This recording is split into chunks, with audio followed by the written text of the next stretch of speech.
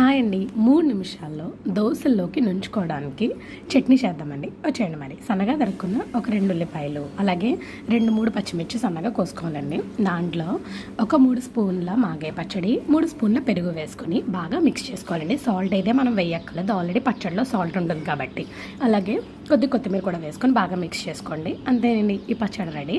ఇప్పుడు మనం దోశ వేసుకుందాం. స్టవ్ వెలిగించి ప్యాన్ పెట్టుకొని హీట్ అయ్యాక ఒక గరిట దోసపిండి వేసుకొని బాగా పలచగా తీసుకుని ఒక స్పూన్ ఆయిల్ వేసుకుని ఒక 2 మినిట్స్కి బాగా దోస కాలేక తిప్పుకుంటే దోశ మనకి రెడీ అయిపోయినట్టే.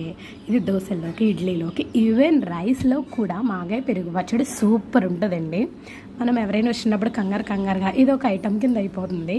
ఇది ఒక కర్రీ లాగా చేసేసుకోవచ్చు, అన్నంలో రైస్లో నుంచుకొని తినచ్చు. చాలా బాగుంటుందండి. ఇడ్లీలోకి కానీ, దోశల్లోకి కానీ, రైస్లోకి కానీ ఈజీగా అయిపోతుందండి. మేమైతే ఈరోజు స్పెషల్గా దోశలు ఇలాగే